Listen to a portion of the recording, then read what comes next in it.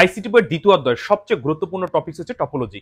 আমি এখন তোমাদের এক নজরে সকল প্রকার টপোলজি পরিচয় করিয়ে দেবো এবং কোন টপোলজির মানে কয়টা মানে সুবিধা অসুবিধা বুঝাই দেবো, কারণ এই অসুবিধা নিয়ে তোমাকে প্রশ্ন করবে। আর এই জায়গা থেকে সাধারণত সিকিউ এমসিকিউ কিন্তু থাকেই।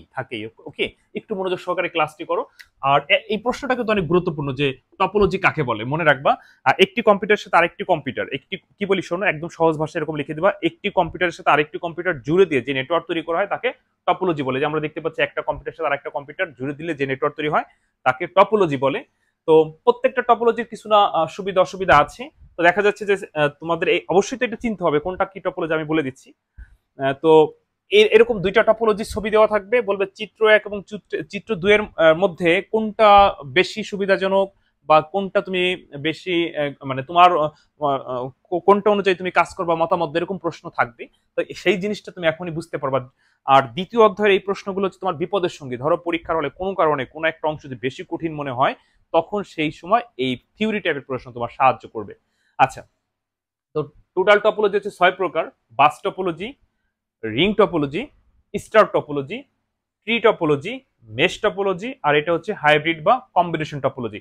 হাইব্রিড বা কম্বিনেশন টপোলজি বলতে কি বোঝায়? একটি টপোলজির সাথে আরেকটি টপোলজি জুড়ে দিয়ে যে নেটওয়ার্ক তৈরি করা হয় তাকে হাইব্রিড বা কম্বিনেশন টপোলজি বলে। এখানে আমি 3টা দিয়েছি, এখানে আমি ইচ্ছা করলে 2টাও দেওয়া যাইতো, অথবা এই 3টা বাদে অন্য 3টাও দেওয়া যাইতো, বা আরো একটা দেওয়া যেত, এটা কোনো সমস্যা না। তার মানে একটা টপোলজির সাথে আরেকটা টপোলজি জুড়ে দিয়ে যে নেটওয়ার্ক তৈরি করা হয় তাকে হাইব্রিড বা কম্বিনেশন টপোলজি বলে। আরেকটা জিনিস তোমরা এখনই শিখতে পারবা, সেটা হচ্ছে এই মেশ টপোলজি দিয়ে একটা প্রশ্ন আসে। আমরা জানি যে রিং আর মেশ প্রায় সেম, শুধু রিং এর মানে প্রত্যেকের সাথে প্রত্যেকের সংযোগ থাকে না, আর মেশে হচ্ছে সবার সাথে সবার সংযোগ থাকে।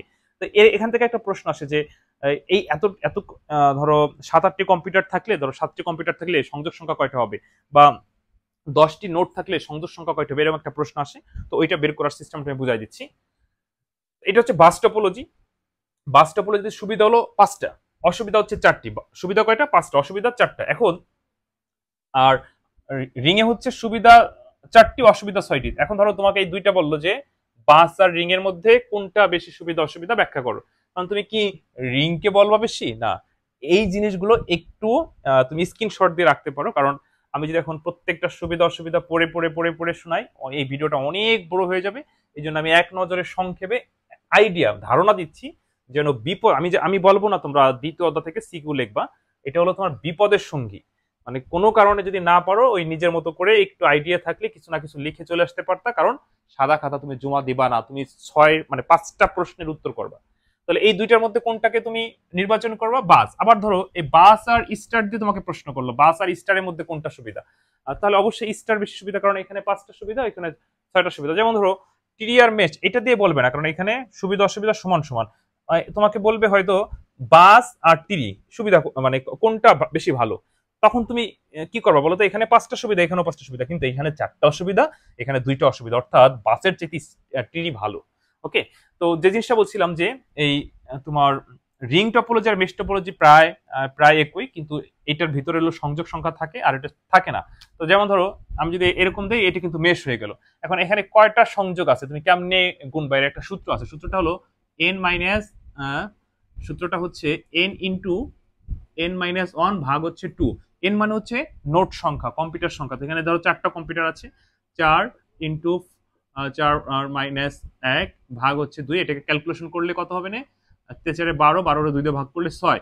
এখানে 6টা সংযোগ আছে। কেমনে 6টা আছে? প্রত্যেকটা কম্পিউটারের সাথে প্রত্যেকটার একবার, তাহলে 4টা।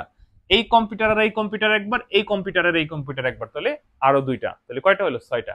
আচ্ছা, এবার এই জায়গায় কয়টা সংযোগ আছে তুমি কেমনে গুনবে? এরকম কিন্তু গুনতে পারবা না। তাহলে আমাকে একটু কমেন্টে জানাও তো। এখানে হলো 1 2 3 4 5, তাহলে 5টা কম্পিউটার থাকলে সংযোগ সংখ্যা কয়টা হয়? এই সূত্রটা ব্যবহার করে আমাকে একটু জানাও, কারণ এইরকম একটা এমসিকিউ কিন্তু আসে যে এতটি নোট থাকলে সংযোগ সংখ্যা কতটি। এই এমসিকিউটা কিন্তু খুবই গুরুত্বপূর্ণ একটা এমসিকিউ, খুবই গুরুত্বপূর্ণ। আর সবাই একটু কমেন্টে জানাও যে এই 5টা থাকলে, আমি কি বলে দেবো না তোমরা আগে বলবা? আচ্ছা বলো, তারপর আমি করে দিই। n ইন্টু n-1 ভাগ হচ্ছে 2। তাহলে এখানে 5টা নোড আছে, তাহলে 5টা নোড থাকলে এটা মুছে ফেলে, এবার অনেকে দেখা যাচ্ছে ভুলে ফেলবে। আচ্ছা, তাহলে 5 5 - 1 ভাগ হচ্ছে 2, 20, 20 2 দিয়ে ভাগ করলে 10, তাহলে 10টি হবে সংযোগ সংখ্যা। 10টি তুমি গণনা করে দেখো 10টি হবে। কেমনে 10টা হবে? এখানে 5টা কম্পিউটার, 5জনের সাথে 5বার আছে, আর এই কম্পিউটারের সাথে এই কম্পিউটার একবার, উম, এভাবে তারপর এটার সাথে এটা প্রত্যেকের সাথে প্রত্যেকের আবার এক একবার আছে, তাহলে 10টাই হয়, তাই না? তো ঠিক আছে, এই হচ্ছে হলো টপোলজি। টপোলজিতে কিন্তু প্রশ্ন থাকবে, এগুলো চিনতে পারলে কিন্তু তুমি উত্তর করতে পারবে এমসিকিউ এবং সিকিউ। এমসিকিউ তো একেবারে সহজ, বলবে যে এরকম একটা চিত্র দিয়ে এটা কোন টপোলজি। আবার বলছি বাস, রিং, স্টার, টিরি, গাছের মতো, মানে ওই যে বাসের মতোই যদি আবার এখানে একটা দেওয়া হয় অটোমেটিকলি এটা টিরি টিরি হয়ে যায়, তাই না? এটা হচ্ছে এটা হচ্ছে টিরি টপোলজি। তাহলে বাস টপোলজি আর টিরি টপোলজির পার্থক্যটা বুঝতে পারছো। এটা হচ্ছে মেশ টপোলজি। রিং আর মেশের পার্থক্যটা, এটা হচ্ছে ভিতর দিয়ে সংযোগ থাকে না, এটা সবার সাথে সবার সংযোগ থাকে। আর হাইব্রিড এটা সহজে চেনা যায় যে একটার সাথে একটা জোড়া দেওয়া থাকবে।